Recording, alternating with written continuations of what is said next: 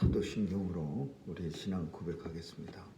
전능하사 천지를 만드신 하나님 아버지를 내가 믿사오며 그 외아들 우리 주 예수 그리스도를 믿사오니 이는 성령으로 잉태하사 동정녀 마리아에게 나시고 본디오 빌라도에게 고난을 받으사 십자가에 못 박혀 죽으시고 장사한 지 사흘 만에 죽은 자 가운데서 다시 살아나시어 하늘에 오르사 전능하신 하나님 우편에 앉아 계시다가 저리로서 산 자와 죽은 자를 심판하러 오시리라. 성령을 믿사오며 거룩한 공예와 성도가 서로 교통하는 것과 죄를 사하여 주시는 것과 몸이 다시 사는 것과 영원히 사는 것을 믿사옵나이다. 아멘.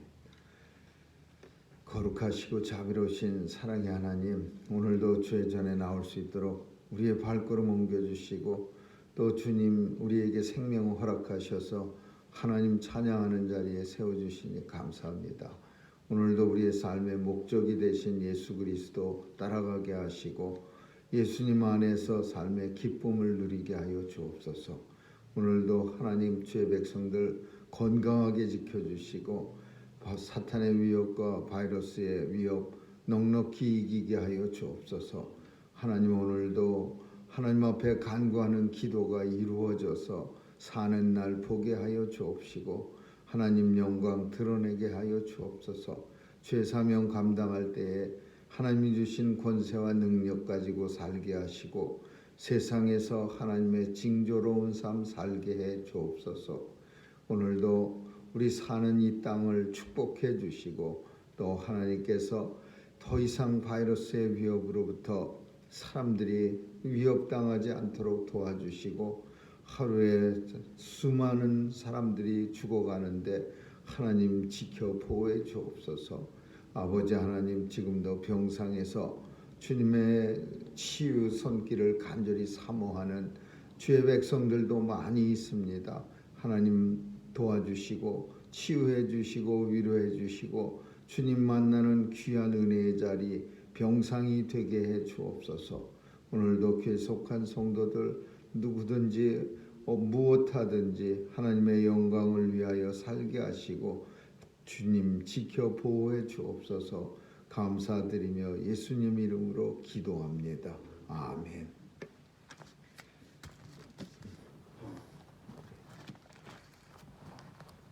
찬양 511장 하시겠습니다. 511장 부르시겠습니다.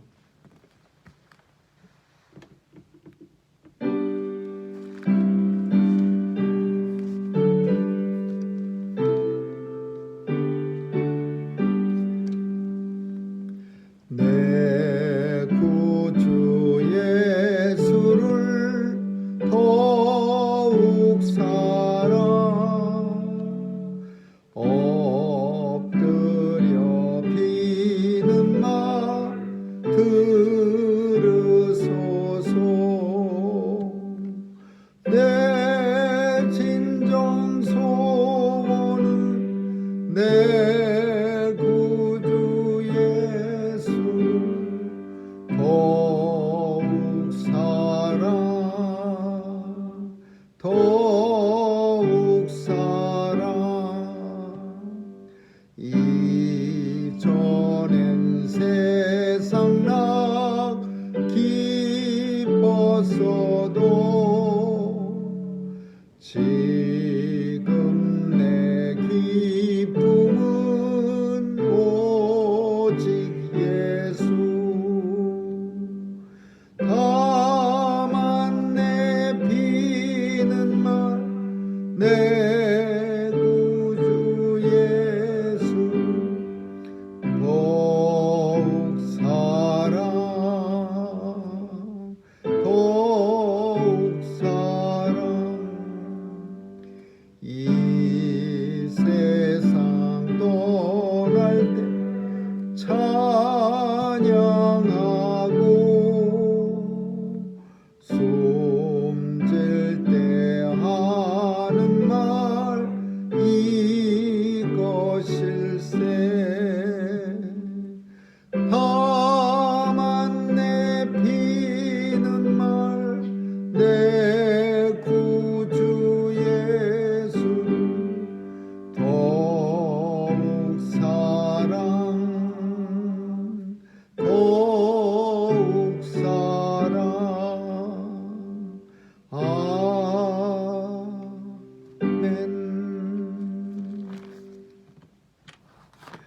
말씀은 전도서 2장 1절에서 11절까지 한 절씩 교대로 읽습니다. 전도서 2장 1절에서 11절입니다. 나는 내 마음에 이르기를 자 내가 시험적으로 너를 즐겁게 하리니 너는 낙을 누리리라 하였으나 본즉 이것도 헛되도다. 내가 웃음을 논하여 이르기를 미치겠다 하였고 희락을 논하여 이르기를 가가웃을 하는가 하였느라. 내 마음에 궁구하기를 내가 어떻게 하여야 내 마음의 지혜로 다스림을 받으면서 술로 내 육신을 즐겁게 할까. 또 어떻게 하여야 어리석음을 취하여서 천하 인생의 중심토록 생활함에 어떤 것이 쾌락인지 일까 하여. 나의 사업을 크게 하느라. 내가 나를 위하여 집들을 지으며 포도원을 심으며 여러 동산과 과원을 만들고 그 가운데 각종 과목을 심었으며 주목을 기르는 장님의 물기하여 노비는 자기도 사기도 하였고 집에서 나게도 하였으며 나보다 먼저 예루살렘에 있던 모든 자보다도 소와 양 떼의 소유를 많게 하였으며 은금과 왕들의 보배와 여러 도의 보배를 쌓고 또 노래하는 남녀와 인생들의 기뻐하는 자와 척척들하니 보느라. 내가 이같이 창성하여 나보다 먼저 예루살렘에 있던 모든 자보다 진하고 내 지혜도 내게 여전하여 무엇이든지 내 눈이 원하는 것을 내가 하지 아니하며 무엇이든지 내 마음이 즐거워하는 것을 내가 막지 아니하였으니 이는 나의 모든 수고를 내 마음이 기뻐하였습니다. 이것이 나의 모든 수고로 말미암아 얻은 분복이니라. 같이 읽습니다. 그 후에 본즉 내 손으로 한 모든 일과 수고한 모든 수고가 다 헛되이 바람을 잡으려는 것이며 해 아래서 무익한 것이로다. 아멘.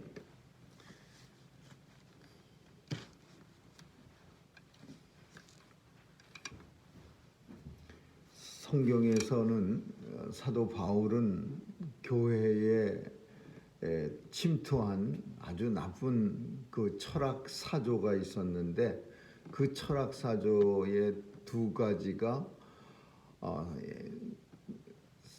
에피쿠로스라는 파하고 스토아 학파였습니다. 이게 뭐냐 하면은 에피쿠도스라고 하는 것은 에피쿠도스라는 철학자에 의해서 이렇게 만들어진 그런 철학 사상인데 쾌락주의입니다. 그리고 스토아 학파 역시 스토아라는 사람에서 만들어진 고난주의 두 개가 서로 이 사도 바울 시대에는 쌍벽을 이루고서 이렇게 아주 그냥 트렌드처럼 세상을 지배했습니다. 그래서 그 쾌락을 추구하는 사람들과 또 반면에 이제 고난을 즐기는 사람.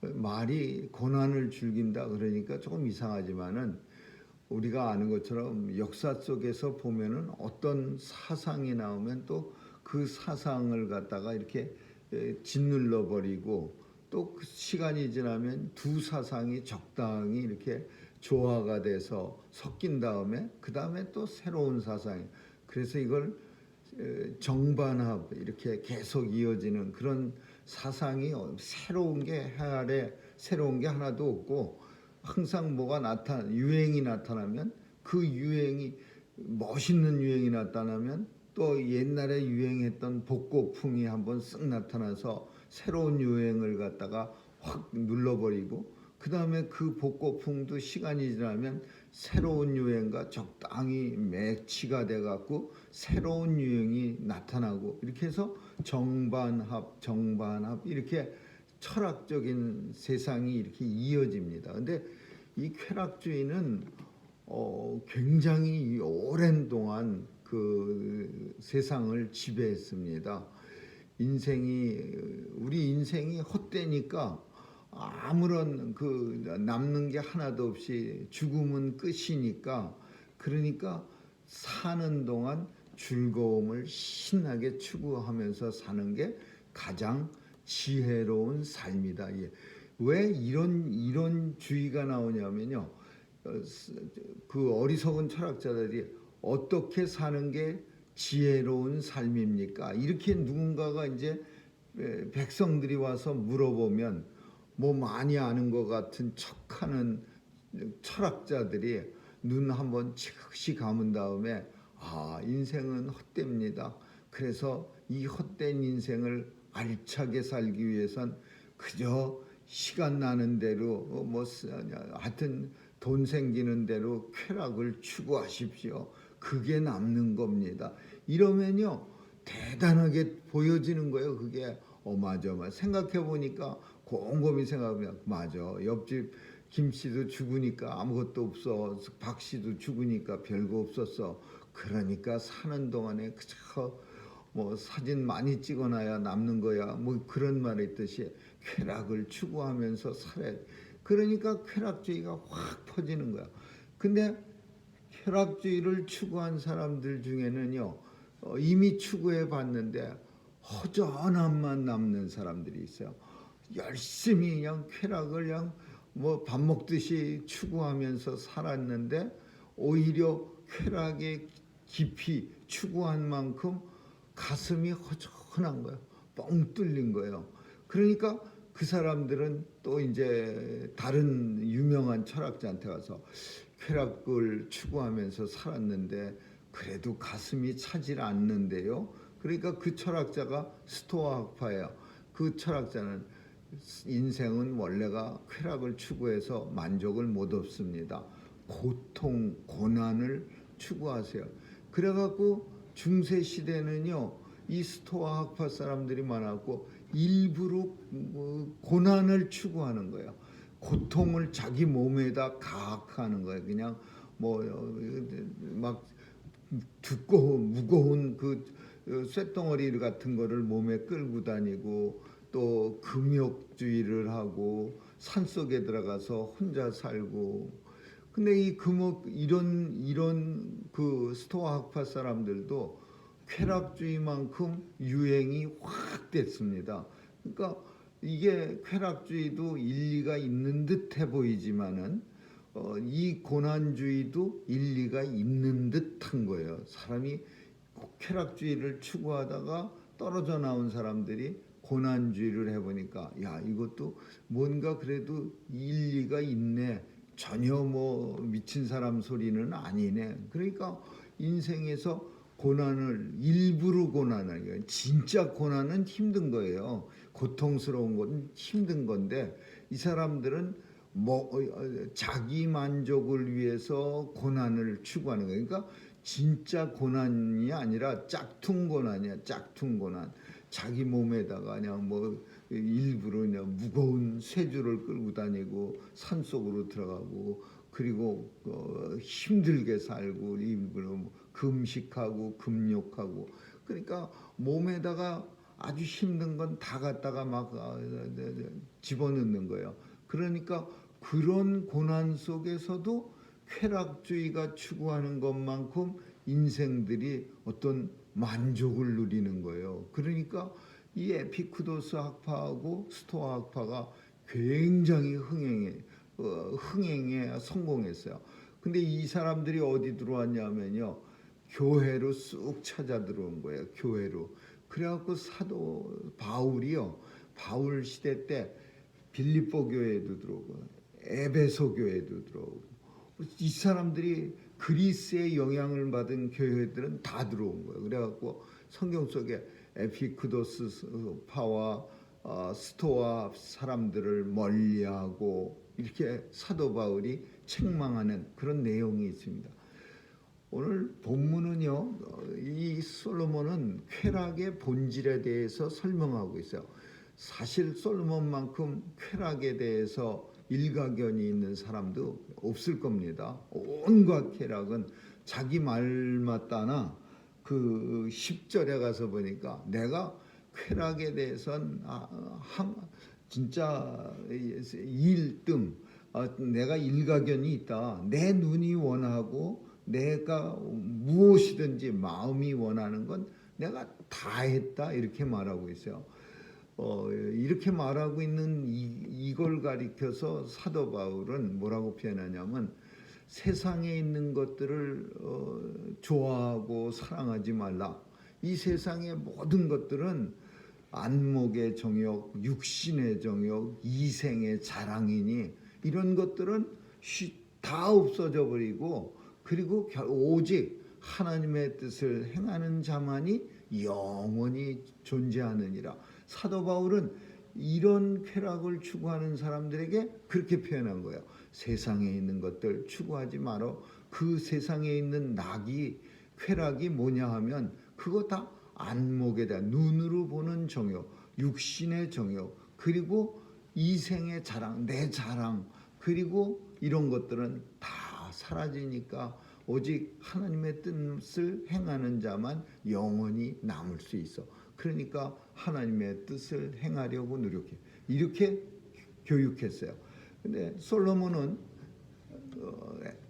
쾌락을 추구하면서 쾌락의 두 본질을 발견해낸 거예요. 오늘 본문 속에 누군가가 우리한테도 쾌락이 뭐라고 생각합니까? 그러면은 솔로몬이 온갖 쾌락, 우리는 쾌락을 그렇게 누리지도 못했고 추구한 적도 없고 쾌락이라고 생각되는 일이 한 번도 없었던 것 같은 그런 삶을 살지만 이 솔로몬은 쾌락에 대해서 아주 박사학위를 딸 만큼 열심히 쾌락을 추구했기 때문에 쾌락의 본질에 대해서 첫 번째는 쾌락이라고 하는 것은 자기 중심적이요. 이거를 육체적 쾌락 이렇게 표현하기도 하는데 이 쾌락의 특징이 육체적 쾌락과 정신적 쾌락 두 종류가 있어요. 이게 둘 다 물론 다 자기 중심적이에요. 그래서 첫 번째는 보면은 내 마음에 이르기를 시험적으로 너를 즐겁게 이 쾌락을 추구하는 가장 큰 이유가 한번 즐거워져 볼까? 한번 신나 볼까? 그래서 쾌락을 추구하는 거야. 술도 먹고 본문 속에 별의별 것 다 나와요. 즐거워지려고 하는 행동들이야. 이런 거는 주로 자기 육체를 위해서 하는 거예요. 근데 사실은 남한테 이 자기만 쾌락스러움은 좋은데 항상 이 육체적 즐거움은 쾌락은 남한테 피해를 줍니다. 다른 사람들로 하여금 고통에 빠지게 만들어. 내 즐거움을 추구하다가 다른 사람을 그냥 간단한 예로 술을 이렇게 먹으면은 정말 기분 좋게 먹어야 되는 술을 갖다가 그냥 자꾸만 더 즐거워지려고 더 술에 취하려고 먹다 보면 그 사람이 앞에 있는 사람도 불편해지고 옆에 있는 사람도 불편하고 보는 사람도 불편해지고 길바닥에 술 먹고 길게 누워 있으면 지나갈 때 불편해지고 다른 사람 쾌락의 끄트머리는요 다른 사람들에게 많은 피해를 주는 거예요.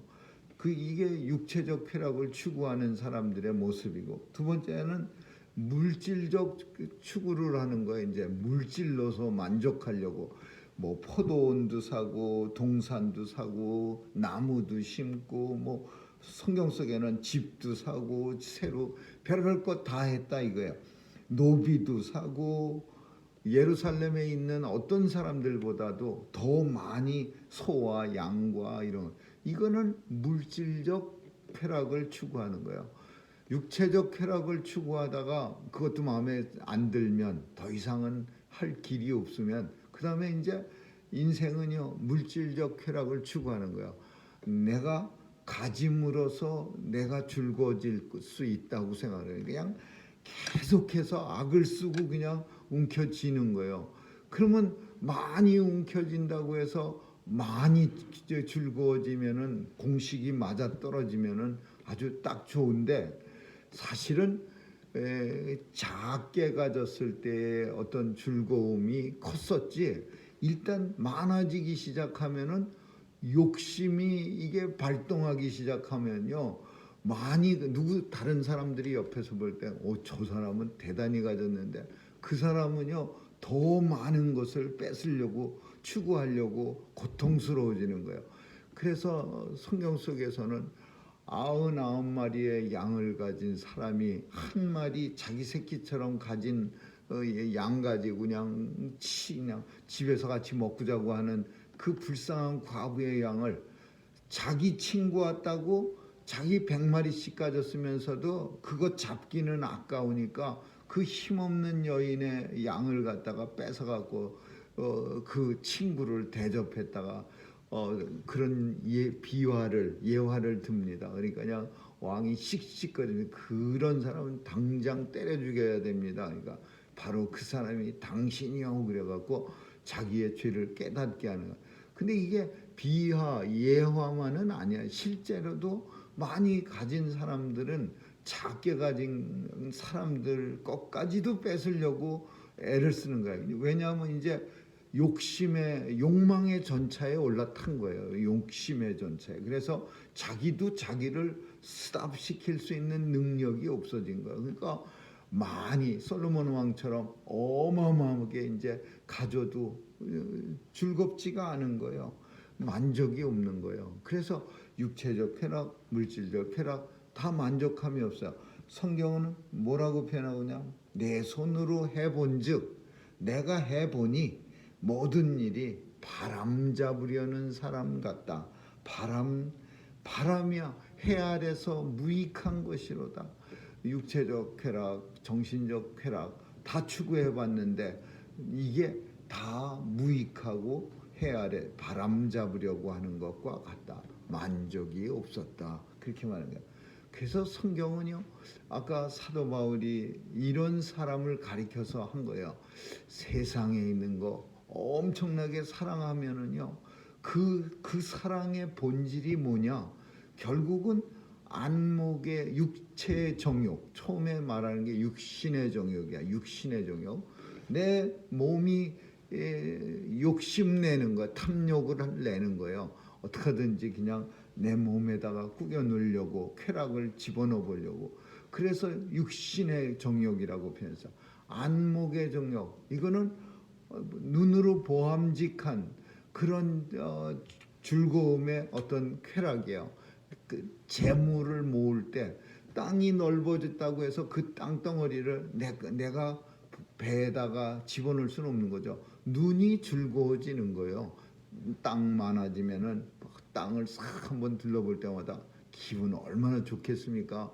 오늘은 요만큼이고 내일은 또 저보면 또 가난한 사람 땅 움켜져 갖고서 또 나봇의 과수원을 탁 뺏어놓고 아하방이 싹 내려다볼 때 야 이건 참 신이야. 자기는 다 가졌으면서 그 아하방 궁궐 옆에 조그만 손바닥만한 그 과수원 가지고 열심히 살아가는 나봇을 결국은 죽여서 그걸 뺏고서야 병상에서 툭툭 드러나 있다가 기분 좋아갖고 일어나는 아하방 같은 이런 인생의 모습이야. 이거 어디서 왔느냐? 이거는 역사가 깊습니다. 솔로몬에게서 시작된 게 아니고 아방에서 시작된 게 아니라 우리는 육신의 정욕, 안목의 정욕, 이생의 자랑 이런 표현을 통해서 누구하고 비슷한 스토리냐면 아담과 하와에서부터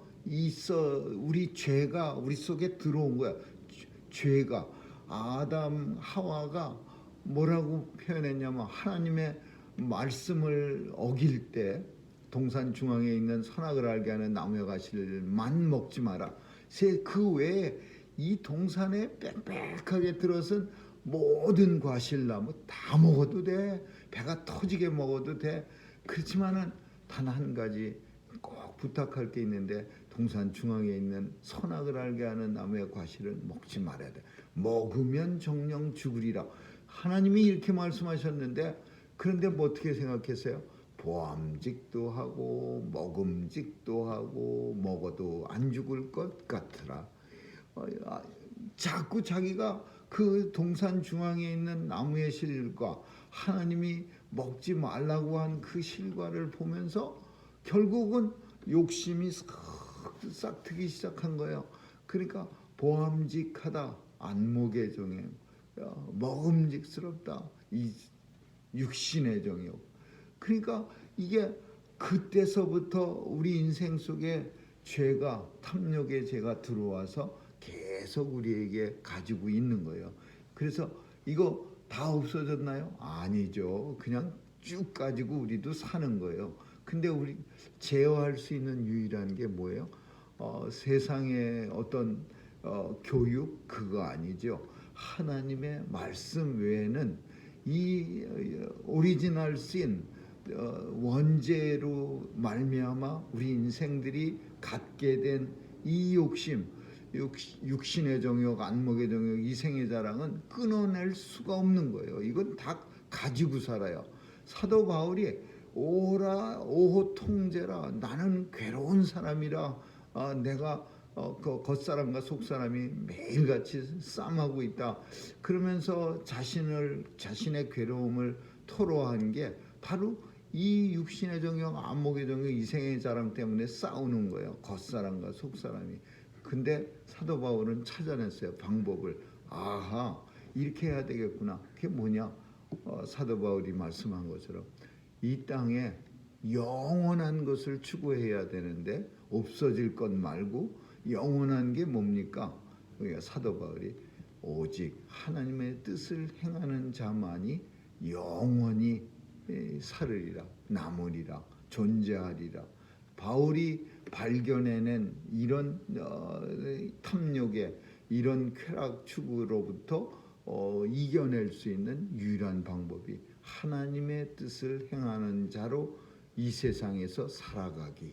그게 바울이 발견한 보배고 하나님의 말씀이죠.